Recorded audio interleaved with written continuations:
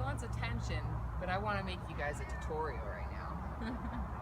And I'd like to talk about arm rolls, like chest rolls and back rolls, like so.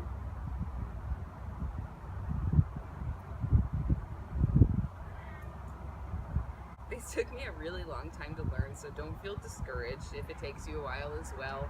So I'm going to teach you what I learned that helped me, or the things that I realized along the way that helped. Put the hoop between these two fingers here instead of these two fingers to begin with.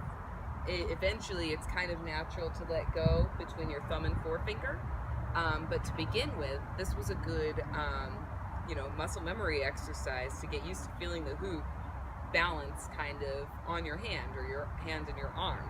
Take the hoop, we put the hoop between these two fingers and just try to roll it up onto your hand and feel it up on there.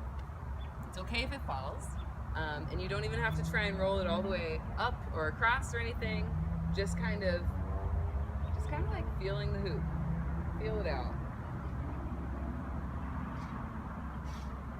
And that will give you an idea for what the release is going to feel like, because it's kind of like a little flick of the wrist, very, very faint flick, but there is a bit of a flick. So you're going to start feeling what it feels like to roll the hoop up onto your hand and kind of give it that little bit of flick. You'll start being able to roll it up a little bit. Another thing that I was doing that got me used to handling the hoop on my arm was this little pop. Once I started getting used to rolling the hoop up a little bit, I just kind of pop. I straighten my arm and my inner elbow pops the hoop out. And that got me used to feeling the hoop right here on my arm. Then the next thing I learned was like a half back roll. And that was like this. And then you catch it with your opposite arm over here, and then, go into whatever you want from there. But that was easier for me than trying to trust the hoop to go all the way across yet. More so trusting myself to get the hoop all the way across yet. So that's the next thing I kind of learned was the half arm roll. So that got me used to feeling it all the way up my arm. Once I got used to that, I really tried to get into getting the hoop all the way across. So what I recommend there is trying to have your arms straight out on your sides. You want to be as much of a T as possible, as straight, perpendicular to your straight upwards and down body as possible. And when you release the hoop, a lot of it is about trust, just going for it, flicking the hoop, letting it go, and then holding your arms out as much as possible. I noticed that I do a bit of a step into it as well, but trusting yourself and holding your arms out as much as possible, the hoop will go across. You do not have to catch it for your first time. Honestly, I recommend just trying to feel it go across and letting it go for the first few times. And we will get that. Once you get used to it, you'll be able to find that place where you feel it go across this arm on the other side, and you'll manage to catch it. Sometimes I also will loop my arm through it if it's coming around my back. So you also want to be leaning forward when you're doing this. So on the release, you are basically going to release, move forward, and put your arms out like a bird. Oh, Umbreon wants attention and he's getting in my way for it. Alright, so here that is. So again, the release, down, let it go across, and then you can catch it on the other side. Sometimes I like to come down around the front with it. If I do manage to catch it nicely, I can do something on the other side. Chest rolls.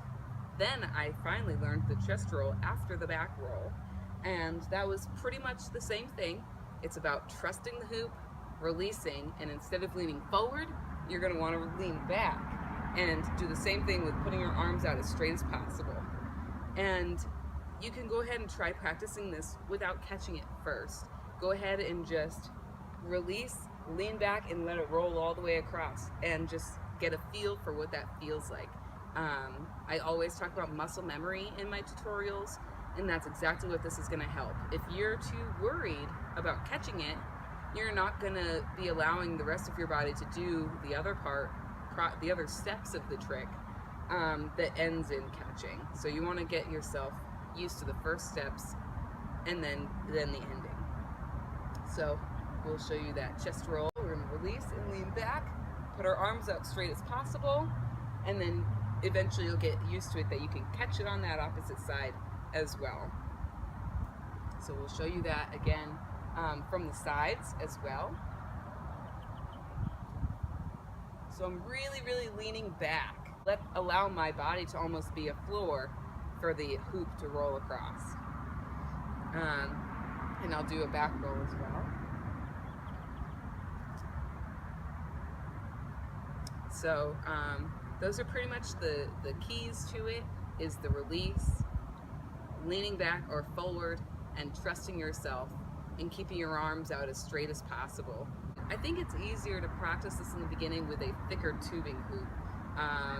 And also if it's a larger size, that will help as well, because the heavier weight is going to help you with momentum. With a little flick, you will have less energy that you have to use. With the smaller, lighter weight hoop, you have to flick a little bit harder to get it going because it's not as heavy.